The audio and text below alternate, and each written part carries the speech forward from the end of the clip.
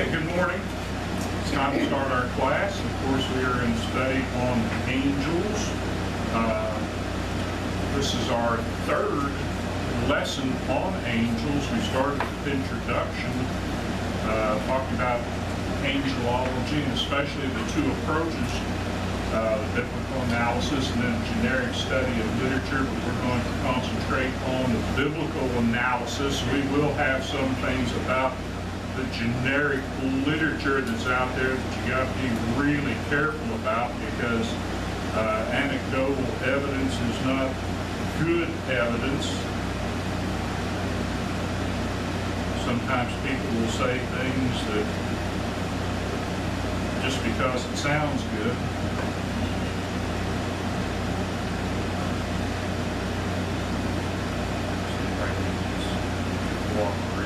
There we go. And then we talked about, find the proper place here in the second lesson. Last week we talked about the creation of angels.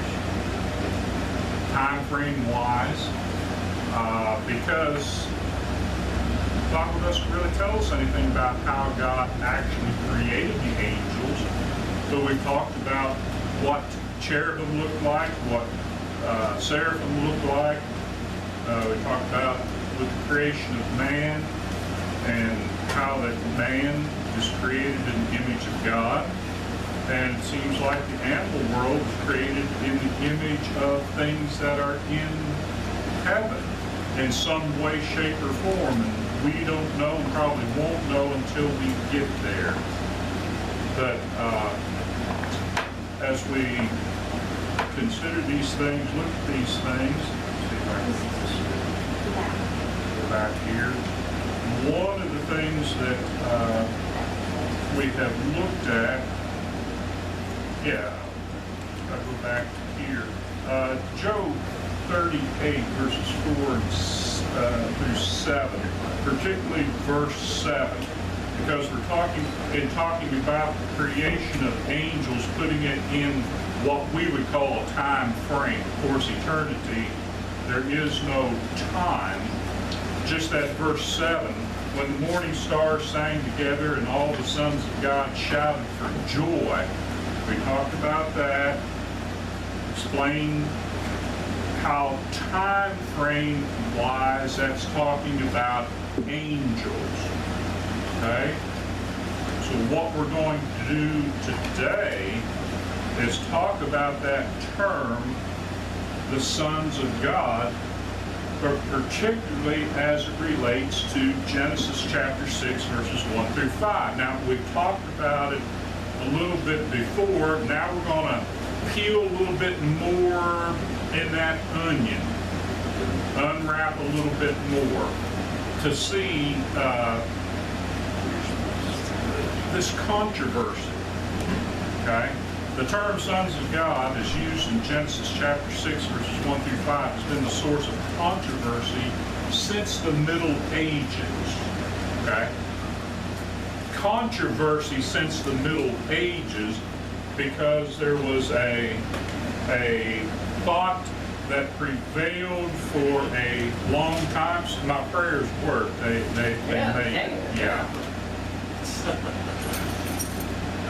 There was a thought that was held for quite a number of years, and then another thought came along, and we're going to look at that process. So the controversy centers on whether fallen angelic beings married and produced children with fallen human females, thus creating a new race of beings and leading to the destruction of all but 8 human beings in the Noahic flood. Noahic flood. Get it pronounced right. All right? That's the two sides, all right? Two controversial things. And again, we've talked about it before, but we're going to really break this down today because it is a good thing to look at for a lot of reasons, particularly about how we study the Bible. And listen, it's not going to be real deep, but it does get a little deeper than what we normally do just in a Bible study. So the earliest position was that these sons of God were fallen angels. Okay? And why was that thought process there? Well, because it was assumed in the Jewish Apocrypha. Apocrypha means the hidden books, but we understand that that's the non-inspired books that have crept into certain canons of Scripture. So if you would pick up a version of the Catholic Bible, you would see that there are more books in the Catholic Bible than what's in the considered the English Protestant Bible. And they're called Apocrypha. Why? Because scholars have looked at and said, and most of them were rejected even before, that they don't belong there because you can tell they're not inspired works. And the places where this is talked about, that these would be angels, is 1 Enoch chapter 6, verse 2, and verses following that, and the book of Jubilees, chapter 5, verse 1. So, how is this Apocrypha, where did it come from? Well, remember when I talked about you have some scientific books, and then you have some popular books when you're talking about, say, you're doing some research on something if you're a student, and you got scientific books that are well documented, well sourced, but then you have some popular books, and if you're writing a term paper or a research paper, you don't put what's in the popular books in there. Well, the Apocrypha is like the popular books. It's like somebody wrote this and it's just a story about what people think. Remember that second part that I talked about? That's where this would come from. So in this Apocrypha, that's a position that they would take. Also, there are variants in what's called the Septuagint. Now, the Septuagint is a translation of the Hebrew Scriptures into the Greek language. The Koine Greek. I believe it was the Koine Greek. And we'll talk more about this in a little while. But the one thing that you probably should understand from it is that in the New Testament, when there is a passage from the Old Testament that is quoted, it's quoted from the Septuagint. So there are, like the Codex Alexandrinus translates its angels of God. If you would go to Genesis chapter 6, I think it's verse, we'll look at it in a moment. I think it's it may actually be verse 4. It's one verse more in the Septuagint than what it is in the English Bibles, because the last verse of chapter 5 is brought into chapter 6. I know. But you'll see it when we actually put it up there. But where it says, the sons of God saw that the daughters of men were beautiful. This codex actually says the angels of God. But you have to ask yourself, well, did they translate that because that's actual translation from the Hebrew text, or did they insert that in there because that was the popular belief?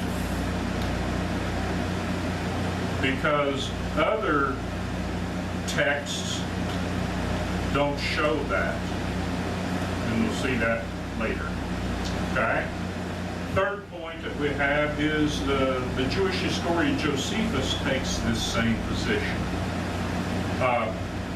People who want to look at a historical perspective of New Testament, I say New Testament times, the first century especially, will go to Josephus. He was a historian that after Jerusalem was destroyed in AD 70, the Roman rulers had him write a history of the Jewish nation. And so a lot of people go back and hold, they almost give him an inspired distinction, which he doesn't deserve. But again, what's he doing? He's writing the history. And what's history? A lot of history is just, this is what people were saying. Is his history good? You know, and a lot of dates and times and stuff, pretty much. But he's just telling, well, this is what people believe. Following me along those lines. So what happens, the early Christian writers also follow this. You've heard of I've talked about it, the early church fathers, like the A-N-T-E, ante-Nicene fathers. And then you have the post-Nicene fathers. Okay? A lot of these Christian writers also followed that view. Well, why did they follow that view? Was it because that was the popular view at that time?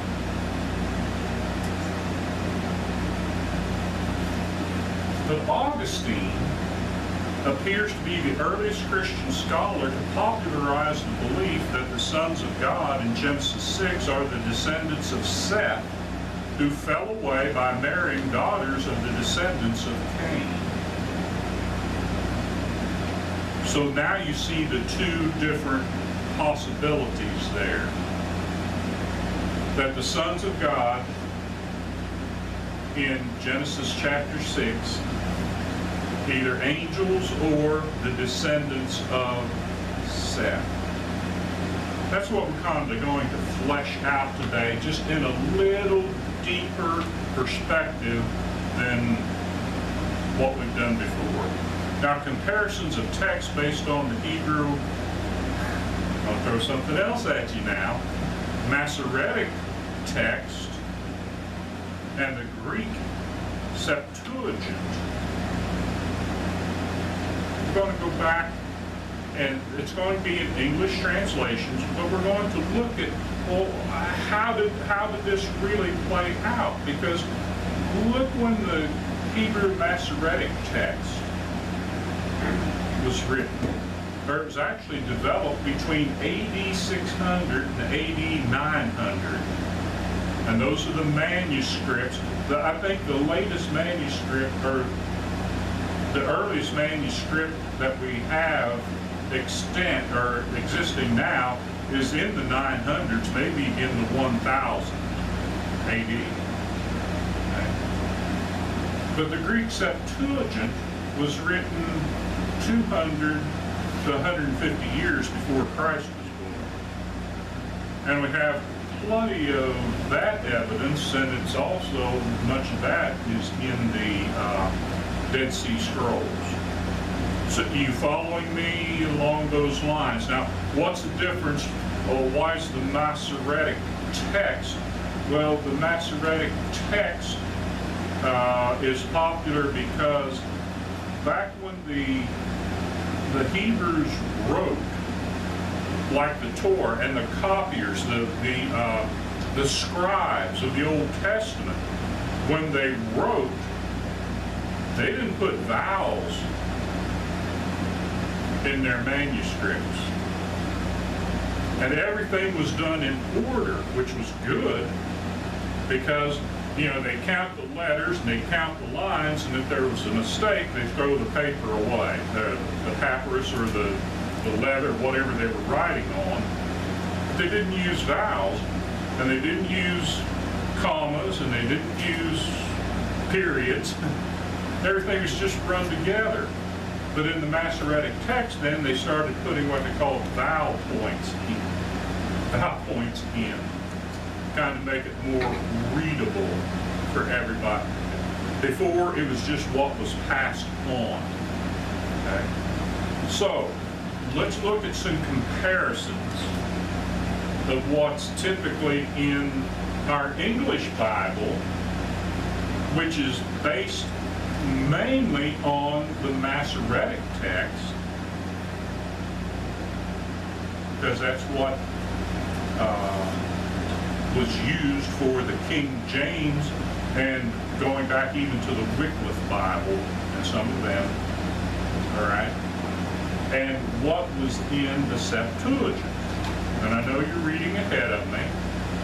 Let's look at Job 38, verse 7. When the morning, and we looked at this, last week, right? When the morning stars sang together and all the sons of God shouted for joy. Now remember when I talked about the pulpit commentary, when it said that the stars are literally stars, right? And that the sons of God were angels. Okay? And I said, well, you know, if one's literally angels, why wouldn't the other one be angels? Well, I could have been wrong. Look what it says in the Septuagint. When the stars were made, all my angels praised me with a loud voice. That makes more sense, doesn't it? Because it's talking about creation. When the stars are, not when the stars sang,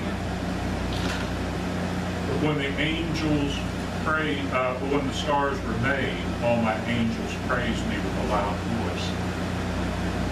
So why would the Masoretic text, which this is built on, say that the morning stars sang and then give you that impression that the morning stars are angels also?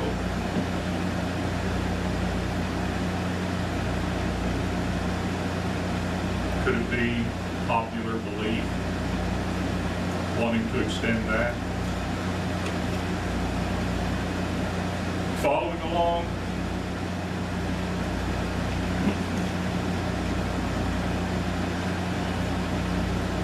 I'm trying. You're trying? Well, you see there's a difference there, right? This is an older text than what the Masoretic text would be, and this would be based on the Masoretic text, as far as I can tell. Okay? Let's look at something else. Job chapter 1, verse 6. And also chapter 2, verse 1 come into play here. Now there was a day when the sons of God came to present themselves before the Lord, and Satan also came among them. That's what the English Standard says. That's pretty much what the King James and all the English translations say, right? And then Job 2:1 says basically the same thing. But look at what the Job 1:6 says in the Septuagint. And this is the English translation of the Septuagint. And it came to pass on a day that, behold, the angels of God came to stand before the Lord, and the devil came with them.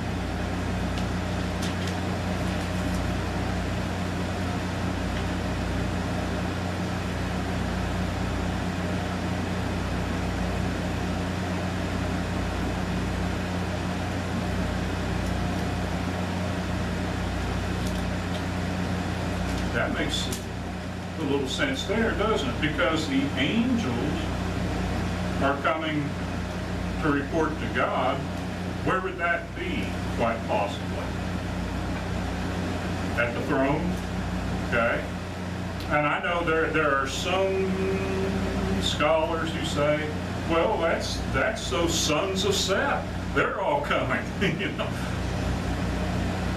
No, forget about that for a moment. Job, but remember, or at least reporting on a time before Moses lived, maybe at a time when, before Abraham lived, maybe a time before Noah lived. Okay? We're not sure about that. But you see, instead of sons of God, it actually says angels of God. And there it actually uses the Hebrew word malach, I believe that's how you pronounce it, for angel. But why would it be different? Why the difference? Well, if you're, say, 200 to, if you're 1,000 years later and you are locked into this thought that in Genesis chapter 6, the sons of God are angels, right? And you've already, in Genesis chapter 6, put sons of God, and in your commentary part of the Talmud or whatever, have put those are the sons of God, you can just reinforce it over here in Job chapter 1 verse 6, Job chapter 2 verse 1, Job chapter 34 verse 7, right? You can reinforce that there. Is that being deceptive? I don't think so. I think it's just that was the information they had, and that's what they were using. That was their popular belief. You understand what I'm saying? That's why you got to watch popular belief that it's creeping in. All right, what's next here? Let's actually go to this passage. Genesis chapter 6, verses 1 through 4. When man began to multiply on the face of the land, and daughters were born to them, the sons of God saw that the daughters of man were attractive, and they took as their wives any they chose. Then the Lord said, My spirit shall not abide in man forever, for he is flesh. In his days shall be 120 years. The Nephilim, now that word we're going to look at a little more, just a little while. The Nephilim were on the earth in those days and also afterward, when the sons of God came to the daughters of man, and they bore children to them. These were the mighty men who were of old, the men of renown. So that gives rise to this popular notion that, well, the sons of God, those are angels. And these angels were attracted to the daughters of men, so they took them as wives, and they had children by them. These children were giants. And pretty much that's why God had to destroy the world with the flood.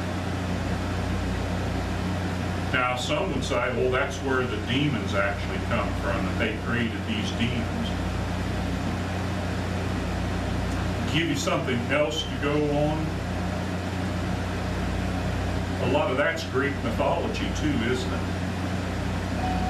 That the gods had relations with women and produced other gods.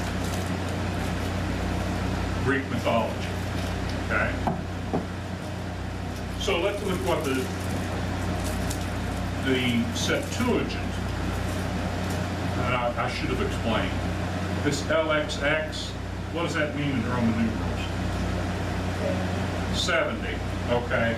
And the Septuagint, that means 70. There were 70 scholars in Alexandria, Egypt, who did this work. And that's why it's called the Septuagint, or the 70.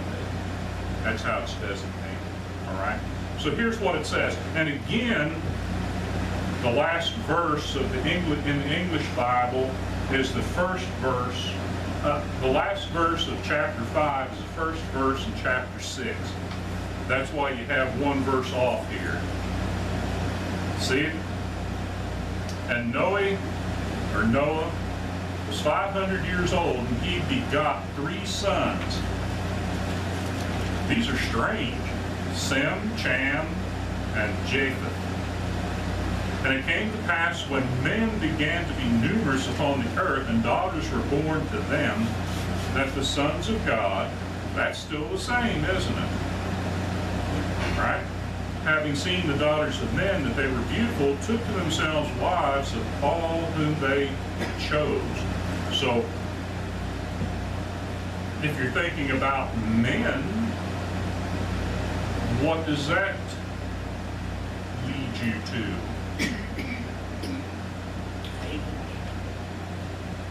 If you're thinking about men, what does that lead you to?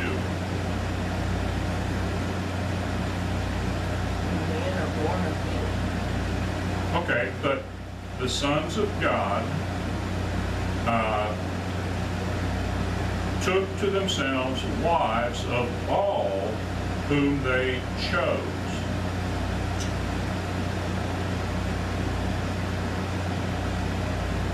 All would be angels and daughters.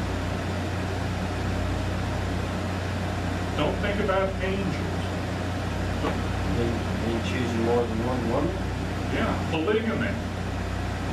Was there polygamy talked about in the genealogies? The answer is yes. There was a guy who married 2 women. What was the one's name was Ada, and the other was Zilpha. And it says, from the English Bible, yeah, he took women from A to Z. But you can go back and read that. Of course, he was a descendant of who? Cain. I believe. I have to go back and look for sure, but I believe that's the case. All right. Anyway, and the Lord said, "My spirit shall certainly not remain among men forever, because they are flesh." Doesn't say anything about angels there, does it? But their days shall be 120 years. Now the giants were on the earth in those days. Giants, not what? Nephilim?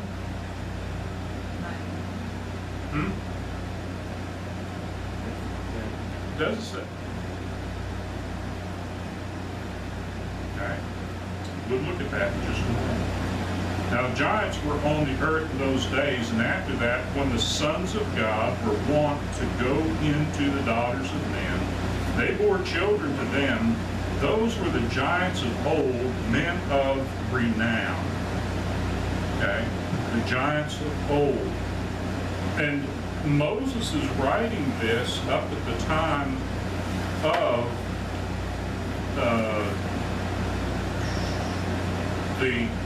after the children of Israel have left Egypt. So it's a long time after the flood, right? And he's talking about them in a past tense. Correct? So, the Nephilim is defined as properly a feller. He's a nasty feller. No, not that feller there, that type deal. A bully or a tyrant, okay? Then that's a giant. Because bullies usually seem to be big guys, right? Well, the thing is that this is transliterated in the Masoretic, or then in the English versions, rather than translated. What do you mean transliterated rather than translated? Okay. Baptism in the English Bible. We know what that is, right? Okay. That comes from the Greek word baptizo. But that means to immerse, to dip, to plunge, to bury in water, to dip under the water. Reintizo means to sprinkle, and then there's a different word for pouring on people, pouring water on people. Well, why? The English translators, instead of translating the word baptizo as immerse, transliterated baptizo. In other words, they created a new English word. Why do you think they did that?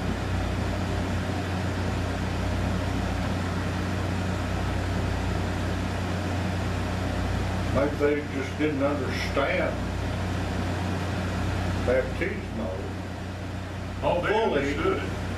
fully, so they used baptism. They understood it. They understood it. Because for about 1,000 years, they sprinkled water on people and said that. They didn't say that was baptism, but they said that was what they needed in order to become Christians. Still do. Some still do, don't they? So the word baptizo became a word that means in the English language a ritual that brings one into a church. But that's not what it means in the Greek language. Baptizo is to dip, plunge, to immerse in water. Okay? And the use of that then brings one into a right relationship with God, and the Lord puts that person in the church. But you see the difference? If they would have translated it and done it properly, what would they have done? We haven't done this for 1,000 years. What we have done is just said that all those people that we sprinkled on and said they became Christians, we just condemned them because that wasn't right. So what did they do? Well, what's the phrase in politics? The cover-up's worse than the crime. Because it's like they're still doing the same thing, aren't they? Yeah. But instead of going to a Koine Greek dictionary to see what baptism is, they go to an English dictionary, if they even care about baptism at all. Do you understand the difference between transliteration and translation then? So, here, giant, but also there's this idea of feller. Don't think of it, I thought of it first as, somebody that cuts down a tree. Who's the most famous tree cutter downer ever? Paul Bunyan. Paul Bunyan was a giant and had a what with him? Giant blue locks, right? But don't think of feller in that terms. Think of feller in the terms of someone who fell. A faller. Whoa. Hey, wait a minute. Satan fell from heaven. It's got to be an angel, right? Got to be angels. The angels that went with Satan fell from heaven. Wait a minute. When the sons of God, if they are the descendants of Seth, who are not to take daughters from the descendants of Cain as wives, start taking the daughters of Cain as wives, what have they just done? They've fallen from God. I was gonna say committed suicide. It's a slow death. That's what they say about marriage. It's a slow death. Yeah, I agree.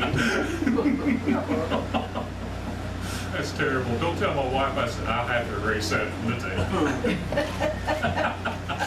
She must not be here. No, she's not here. Oh, But now they're putting pieces of this together, kind of understanding here and there some of these things. Okay, now Genesis chapter 10. I still think it's angels, because that's where these giants came from. Not so fast, right? Not so fast. What does the Bible say? Genesis chapter 10, verse 6 through 9. The sons of Ham. Who was Ham?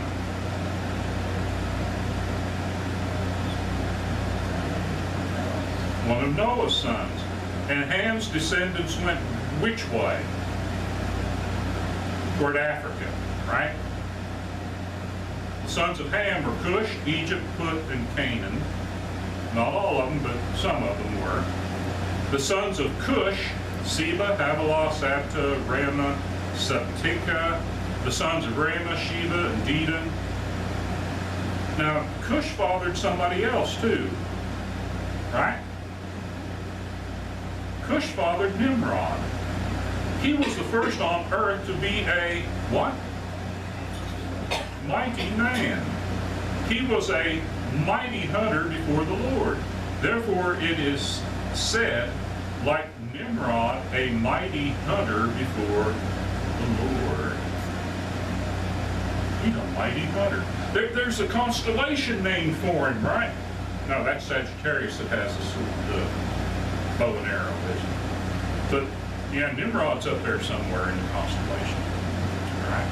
But look what the Septuagint says, and this is funny reading here. And the sons of Cham, Chush and Mesraim, Phud and Chanaan. And the sons of Chush, Seba and Evilah and Sabatha and Regem. There's a star named Regem, isn't there? And Sabathica. And the sons of Regma, Seba and Dedan. And Chush begot Nimrod, which is Nimrod. Okay? He began to be a giant on the earth. He was a giant hunter before the Lord God. Therefore they say, as Nimrod the giant hunter before the Lord. Who was Nimrod's father? Cush. Not an angel.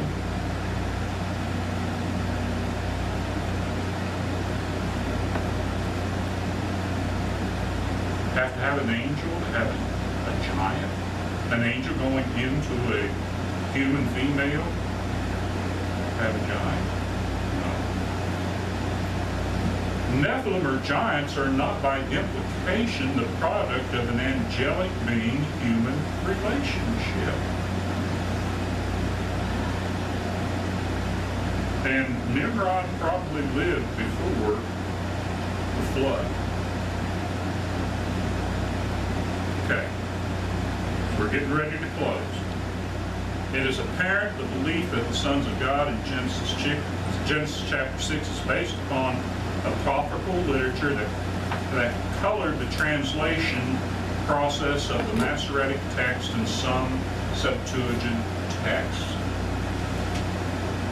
That's my conclusion. Get out if you want to. That's my conclusion. And and therefore it was made acceptable to some uninspired early church writers as well. But what does the New Testament say? What does Jesus teach? Matthew chapter 22, verse 30. For in the resurrection, that would be us, okay? They neither marry nor are given in marriage, but are like angels in heaven. Do angels marry? Did the sons of God marry daughters of men in Genesis chapter 6? Did sons of God marry daughters of men? Yes. Did angels marry daughters of men? Angels don't marry, okay? Nor are given in marriage, but are like angels in heaven. Okay? But look at Hebrews chapter 1, verse 5. For to which of the angels did God ever say, you are my son, today I have begotten you? Or again, I will be to him a father, and he shall be to me a son.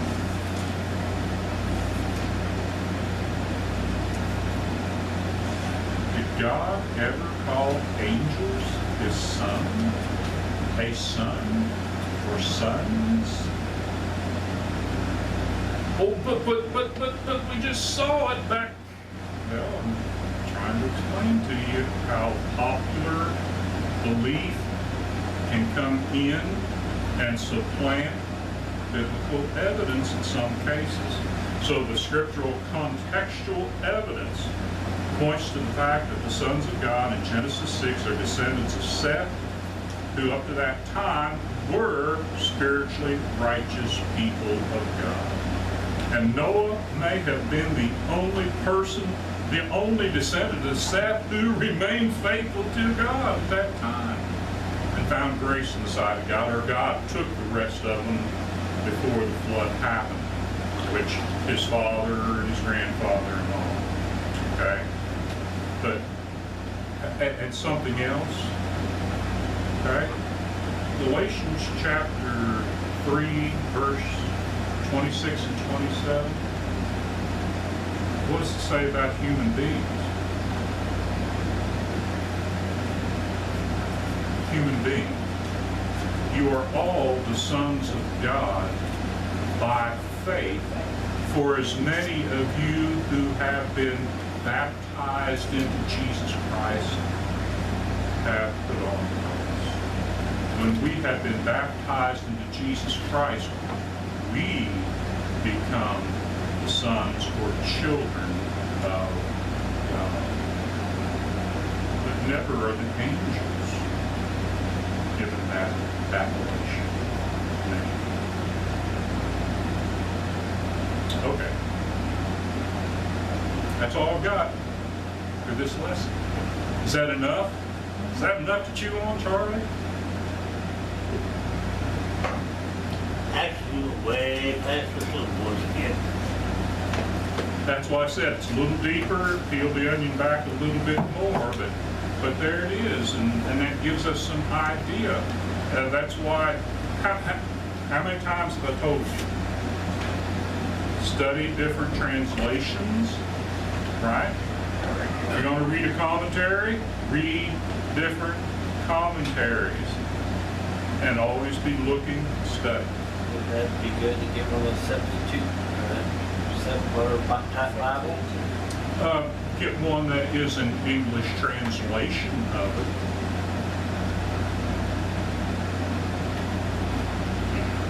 I tell you what, you can get them. You can get them for free. You can get information for free on the internet. There's Study Light,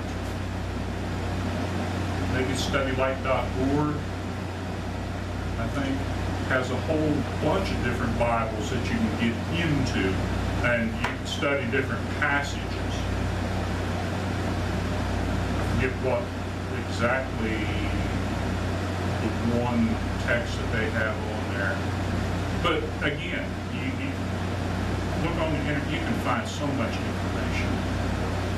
Okay. Anybody else? All right. Thank you for your time and your